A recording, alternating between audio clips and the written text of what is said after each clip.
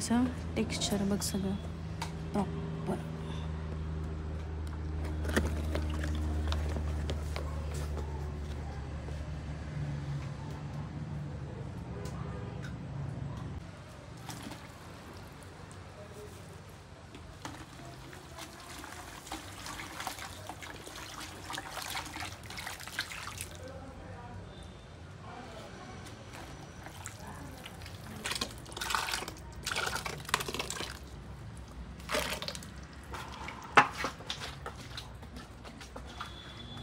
आतनं आधी हाताने लावावं लागतं का? नाही, बांधावं लागतं. तुम्ही बांधाच टायमाला यावं लागतं. बांधून घेऊन तसं उद्याच्याला आहे का? उद्याच्याला संपला आता. आज संपलं शेवट. हा, परत आता पुढच्या वर्षी. हे शेवटचेच होते काय?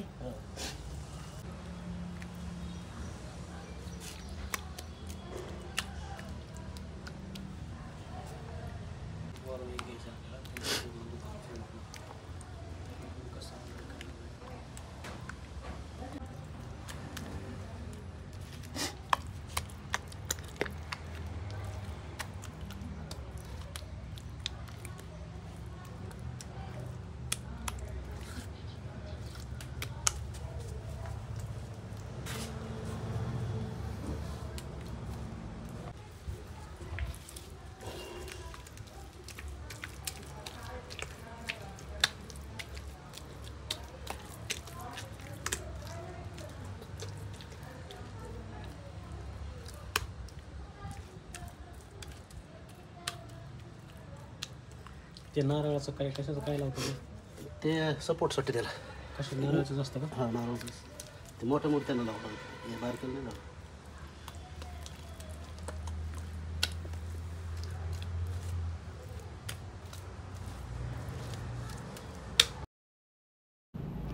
तर नमस्कार मंडळी, तुम्ही आत्ता पाहिलं गणपती बनवतानाची सुरुवातीची जी प्रोसेस असती ती मी आत्ता तुम्हाला दाखवली. तर प्लास्टर ऑफ पॅरिस यापासून हे गणपती बनवले जातात. तर सुरुवातीला जो साचा असतो, सिलिकॉनचा साचा असतो, त्याला एका प्लास्टर ऑफ पॅरिसच्या साच्यामध्ये ते घट्ट बांधलं जातं आणि त्यामध्ये मग प्लास्टर ऑफ पॅरिसचीच जे काही लिक्विड त्यांनी बनवलेलं असतं ते त्यात टाकून मग गणपती बनवलेले जातात. तर पुढे काय होतं आहे ते मी तुम्हाला दाखवते. तर आता आपण पाहणार आहोत. तर ह्या पद्धतीचा एक बाहेरून प्लास्टर ऑफ पॅरिसचा एक साचा आहे आणि त्याच्यामध्ये आत्ता जर तुम्ही बघितलं तर हे सर्व काढल्यानंतर आतमध्ये एक लाल कलरचा साचा दिसतोय. तर तोच आहे सिलिकॉनचा साचा.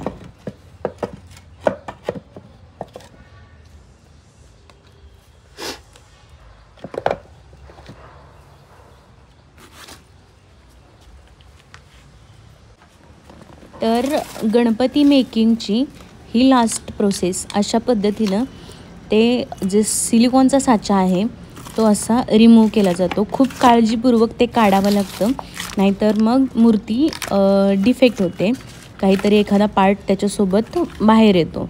असं काळजीपूर्वक तो साचा काढला जातो.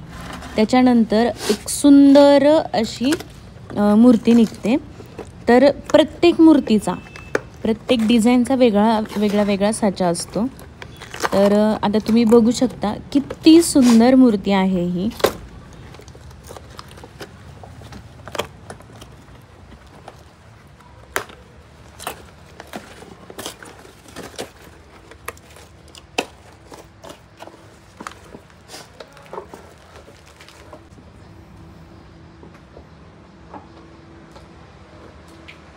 त्यात हात कसे जोडायचे? प्लास्टरने जोडायचं.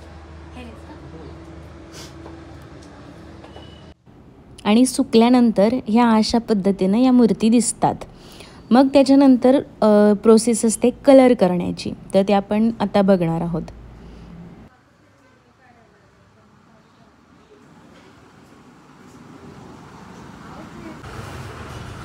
हा व्हिडिओ आपण शशिकांत काका कुंभार यांच्याकडे शूट केलेला आहे. अगदी सुंदर असे कलर वापरलेले आहेत आणि लोकल कलर अजिबात वापरलेले आहेत. सगळे कंपनीचे कलर आहेत. तर खूप चांगल्या पद्धतीने हे काम करतात.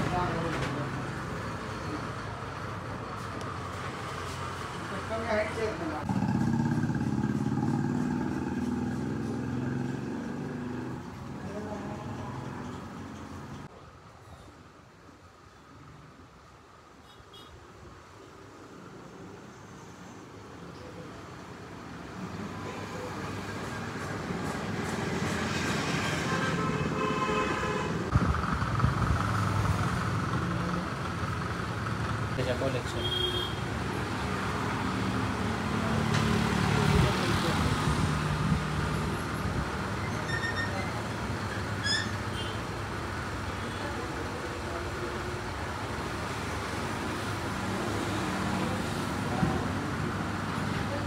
कशाची मूर्ती आहे वरची?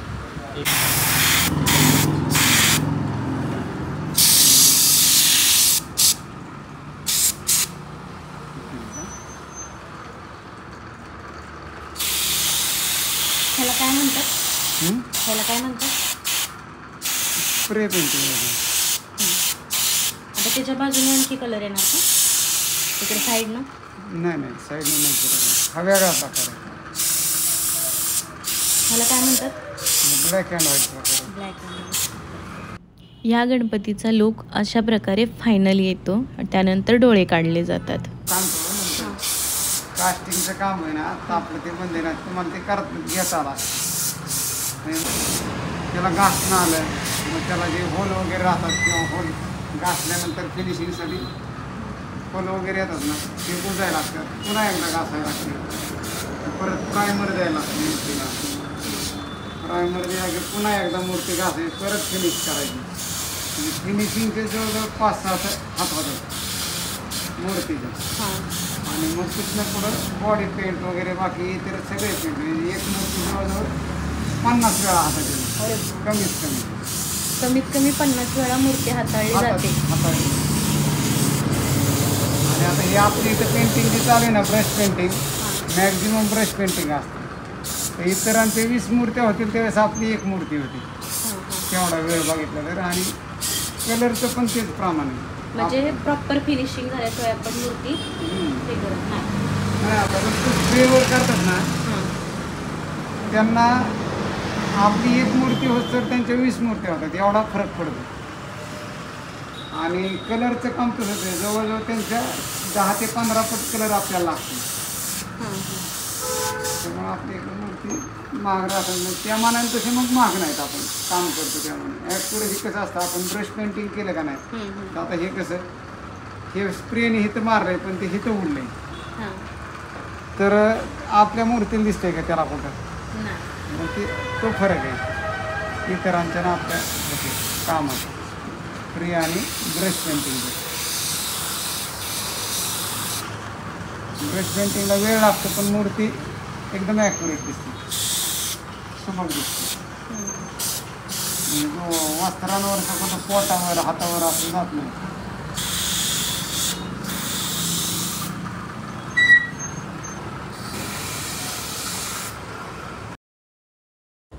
आपण थोडे गणपती बघूया. तर हा बाल गणेश आहे. अतिशय सुंदर अशी मूर्ती बनवलेली आहे. छान आपल्याला पाहिजे तसं बाजूला डेकोरेशन पण करू शकतो. उंदीर मामा आहेत, मोदक आहे, गणपती बाप्पाची छोटीशी मूर्ती आहे. पुढे जाऊन आपण बघणार आहोत एक छोटासा क्यूट असा सेल्फी घेतानाचा गणपती आहे. खूप सुंदर मूर्ती आहे. लहान मुलांना अतिशय आवडणारं कलेक्शन आहे हे.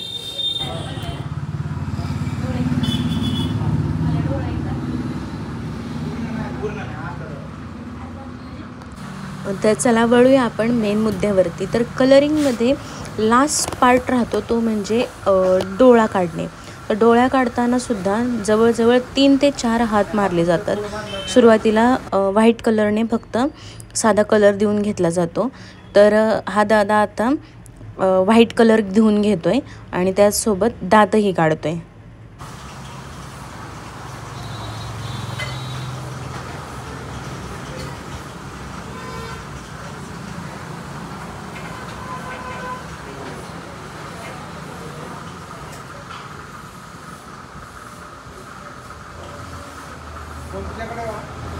नाही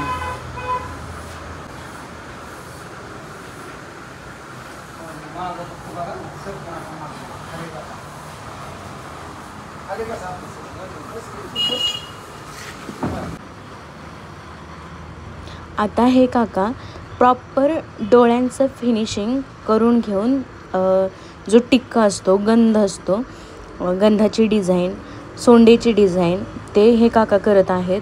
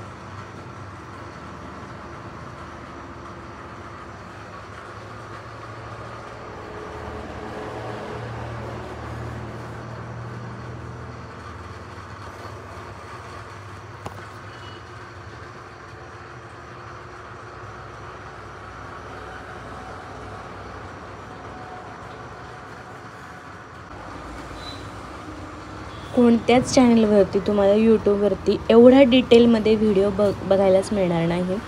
कशा प्रकारे किती सुंदर रीतीने हे डोळे वगैरे काढले जातात, फायनल जो काही लूक असतो तो, किंवा मेकिंग करतानाचा इन डिटेल कुठलाही चॅनलवरती तुम्हाला व्हिडिओ मिळणार नाही बघायला. एवढ्या डिटेलमध्ये मी हे सांगण्याचा, दाखवण्याचा प्रयत्न करते आहे. अगदी डिटेलमध्ये स्टेप बाय स्टेप सर्व गोष्टी मी दाखवलेल्या आहेत. तर आता आपण दादाने मागच्या क्लिपमध्ये बघितलं आपण, तिथं त्याने नॉर्मल व्हाईट कलर देऊन ठेवला होता. तर त्याच्या 4 ते 5 तासांनी आता काकांनी त्याला प्रॉपर जो लास्ट लूक असतो डोळ्यांचा तो काढायला सुरुवात केलेली आहे. मी तुम्हाला दाखवणार आहे की किती सुंदर लूक येतो डोळ्यांचा लास्टला. तर हा बाल गणेश आहे. सगळ्यात शेवटी तुम्हाला मी याचा पूर्ण व्हिडिओ दाखवणार आहे आणि त्याची शॉर्ट पण एक अपलोड करणार आहे की किती सुंदर त्याचा कलर तयार केला आहे. तर बालगणेशाला आता काकांनी निळा कलर घेतलेला आहे डोळ्यांसाठी. तर आता आपण बघूया की फायनल लूक कसा येतो.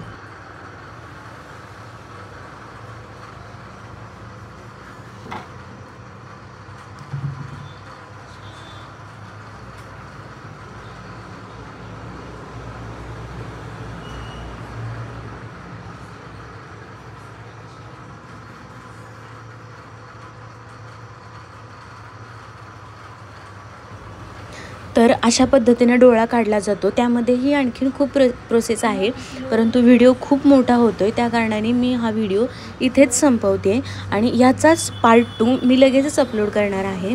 मी डिस्क्रिप्शनमध्ये याची लिंक देते. पार्ट 2 पण तुम्ही बघून घ्या की कशा प्रकारे इथून पुढं देखील त्याची मेकिंग असते. त्याचप्रमाणे काही मोजके असे सुंदर असे गणपतींचे मी प्रकार अपलोड करणार आहे. तर पार्ट 2 बघायला विसरू नका. हा व्हिडिओ मी इथंच एंड